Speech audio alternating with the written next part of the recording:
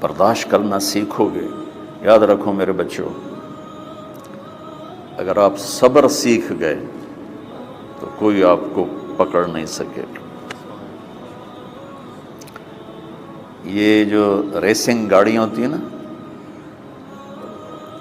فراری اور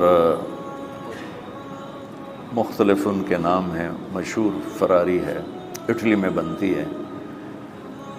لیمبرگینی، یہ دونوں بنتی ہیں وہاں اٹلی میں. اور اس میں جو آدمی جا رہا ہو اس کے لیے سپیڈ لمٹ کی قید کوئی نہیں، ورنہ سب گاڑیوں پہ 120 کلومیٹر پر کے اوپر جائیں گے تو جرمانہ ہوگا. لیکن جو آدمی لیمبرگینی میں جا رہا ہے یا فراری میں جا رہا ہے اس کے لیے کوئی جرمانہ نہیں، چونکہ وہ یوں کرو تو 1 سیکنڈ میں وہ 120 پہ چلی جاتی ہے، صرف اتنا کرنے سے شو ایسے جاتی ہیں. تو میں آپ کو ایک لیمبرگینی دینا چاہتا ہوں،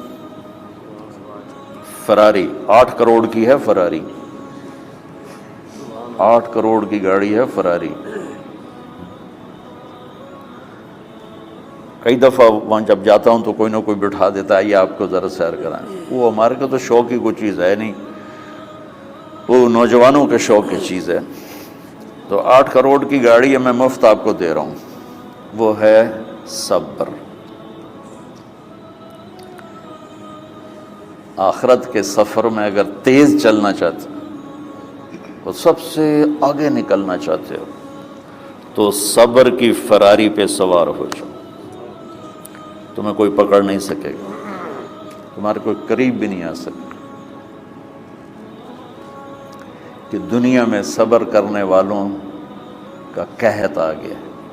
بڑے بڑے علماء ہیں اخلاق سے خالی، بڑے بڑے علماء ہیں صبر جانتے ہی نہیں.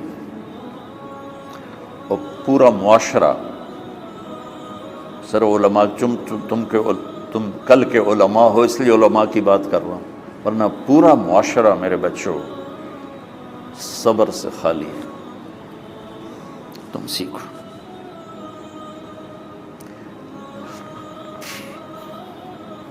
دیکھو میری ایک بات سنو، علم کی کمی ہو تو اچھے اخلاق اس کو چھپا دیتے ہیں. اخلاق کی کمی ہو تو بڑے سے بڑا علم بھی اسے چھپا نہیں سکتا. سارے عیب ہوں اور اخلاق اچھے ہوں تو اخلاق وہ چادر ہے جس میں سارے عیب چھپ جائیں گے. اور ساری صفتیں ہوں اور بد اخلاق ہو تو ہر صفت کو بد اخلاقی چھپا دے گی. میرے نبی نے نماز لمبی پڑھی، اللہ نے روک دیا، کہا نہیں چاہیے. ما انزلنا علیک القرآن لتشقی، مختصر نماز پڑھیں، درمیانی نماز پڑھیں. پیسہ سارا خرچ کر دیا، اللہ نے روک دیا. ولا تبسطھا کل البسط، میرے نبی سارا خرچ نہ کرو، کچھ بچا کے بھی رکھو. تبلیغ میں اپنی جان کھپائی، اللہ نے اس سے بھی روک دیا. فلا تذهب نفسک علیہم حسرات، تبلیغ کرو خود نہ مر جاؤ. تبلیغ کتنا بڑا عمل ہے، اللہ نے کہا اعتدال. نماز کتنا بڑا عمل ہے، اللہ نے کہا درمیانہ ہاتھ رکھو. مال خرچ کرنا کتنا بڑا عمل ہے، اللہ کا درمیانہ ہاتھ رکھو. جب میرے نبی میں نے اخلاق میں بلند پرواز دکھائی تو اللہ نے کہا شاباش انک لعلی خلق عظیم. میرا نبی میں آپ کو شاباش دیتا ہوں، آپ کے اخلاق بڑے عالی شان. یہ نہیں کہا کہ اتنے بھی ذرا تھوڑا اکھ بھی کھائی کر کو کوڑا ہویا کر. تو تم مولوی بڑے غسیلے ہوتے ہو.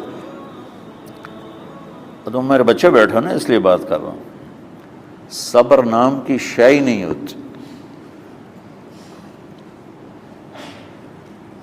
فقہ پڑھنا تو ہماری مت ماری جاتی. قرآن کو بھی فقہ کے انداز میں پڑھتے ہیں، حدیث کو بھی فقہ کے انداز میں پڑھتے ہیں. بخاری سے زیادہ امام بخاری پڑھاتے ہیں. ترجمۃ الباب پہ اتنا وقت لگا دیتے ہیں کہ حدیث جو اصل چیز ہے اس کی طرف توجہ نہیں جاتی۔ امام بخاری کی کتاب کا مقدمہ کوئی نہیں، تو اس پر جب بخاری شروع ہوتی ہے تو ہفتہ ہفتہ اس پہ سبق چلتا ہے کہ امام بخاری نے مقدمہ کیوں نہیں لکھا، جی میں سارے مل کے یعنی امام صاحب نے تو گلاں کی جان۔ میں اس کا اتنا آسان 1 منٹ میں اس سارے سبق کو ختم کر دیتا ہوں بخاری شریف کے، کہ دیکھو بھائی امام صاحب کا دل نہیں کیا مقدمہ لکھنے کو، اس لیے انہوں نے نہیں لکھا۔ گلموں ایک حدیث کے عنوان اور حدیث میں جوڑ نہیں تھا، تو شیخ رمزی بہت بڑے فاضل آدمی ہمارے فیصل آباد، میں نے کہا شیخ یہ جوڑ کوئی نہیں، کہا شیخ ھذا من اصعب ابواب البخاری، یہ بخاری شریف کے مشکل ترین ابواب میں سے ہے۔ میں نے کہا بڑا آسان کام ہے، امام بخاری بھول گئے، ترجمہ کوئی اور تھا، حدیث کوئی اور لکھ دی، بھول گئے، بشری تو ہیں، کیوں بچوں نے مصیبت پان دیا۔ تو بچوں شوق سے جاؤ، بہانے نہ کرو، ہماری ذرا تھوک ڈال کے پیٹوں میں درد، وہ شامہ پہ جان گیا پھر توڑیاں، ٹھیک ہے نا۔ میں زیادہ بول نہیں سکتا ہوں، ضروری سمجھ کے آیا تھا کہ تم خوشی سے جاؤ۔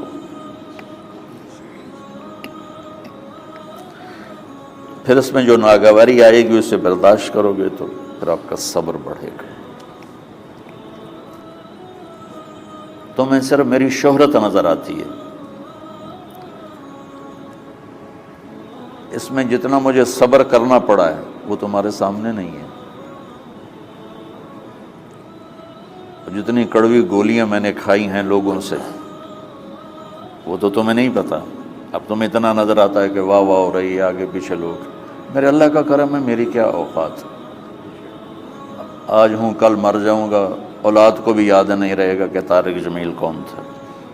جو ہے اس میرے رب کا کرم ہے، مجھے اپنی شہرت سے کبھی دھوکہ نہیں لگا۔ تو میرے بچوں اس لیے بتا رہا ہوں، کوئی فخر نہیں، کہ مجھے اپنی شہرت سے کوئی دھوکہ نہیں، ایک لمحے کے لیے بھی مجھے دھوکہ نہیں۔ میرے دل کی گہرائیوں یہ بات اتری کہ سب میرے اللہ کا فضل ہے، اور برائی کرنے والا اور اچھائی کرنے والا میری نظر میں برابر ہو گیا ہے۔ برابر ہونے کا مطلب پہلے سمجھو، تو مجھے گالی دو گے مجھے تکلیف ہوگی، تو میری تعریف کرو گے مجھے خوشی ہوگی، اس کو برابری نہیں کہتے، وہ تو ایک طبعی چیز ہے۔ یہ میں نے ہاتھ پہ اپنا ہی ہاتھ مارا تو اس کو درد ہو رہا، تو اگر میں مولوی شوکت صاحب سے بدتمیزی سے بات کروں گا تو ان کو تکلیف ہوگی، اور میں ان کی قربانیاں بیان کروں گا۔ یہ ذرا کھڑے ہونا، ادھر ہاتھ دو، یہ اس سارے نقشے کے بانی ہیں، یہ پہلی اینٹ ہے۔ یہ 3000 روپے اس وقت لے رہے تھے 1985 میں 86 میں کراچی،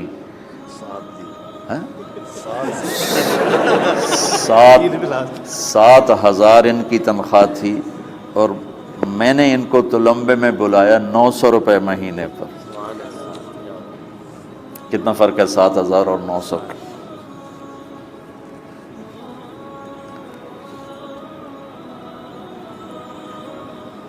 لوگ میری تعریف کرتے ہیں، میں اللہ کا شکر ادا کرتا ہوں، اور اس پہ میں تکبر میں نہیں آتا۔ یہ ہے مدح اور ذم برابر ہو جائے، یعنی تعریف کرنا اور برائی کرنا برابر ہو جانے کا مطلب یہ نہیں ہے کہ برائی سن کے اثر نہیں ہوتا اور تعریف سن کے اثر نہیں ہوتا، نہیں، برابر ہونے کا مطلب بتا رہا ہوں، اس کی توفیق تائید رحمت اپنی اولاد کو بتا رہا ہوں۔ کوئی میری تعریف کرتا ہے میں اللہ کا شکر ادا کرتا ہوں اور اپنے آپ کو بھولتا نہیں ہوں، کوئی میری برائی کرتا ہے تو میرے دل میں اس کے لیے کوئی منفی جذبہ نہیں پیدا ہوتا۔ یہ ہے اچھائی برائی کو برابر کر دینا۔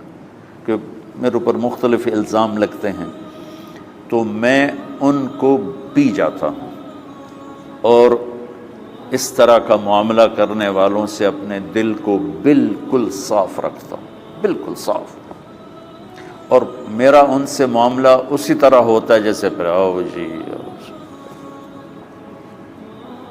اپنی وجہ سے کبھی کسی سے قطع تعلق نہیں کرتا۔ تو بچوں، صبر بہت بڑی دولت، یہ تمہاری تبلیغی زندگی میں بھی کام آئے گی، علمی زندگی میں بھی کام آئے گا، جب تم گھر والے بنو گے، شادیاں ہوں گی، اس وقت یہ کام آئے گا۔ ٹھیک ہے، اب بہانہ تو نہیں کرو گے نا، خوشی سے جاؤ گے نا؟ چلو، السلام علیکم۔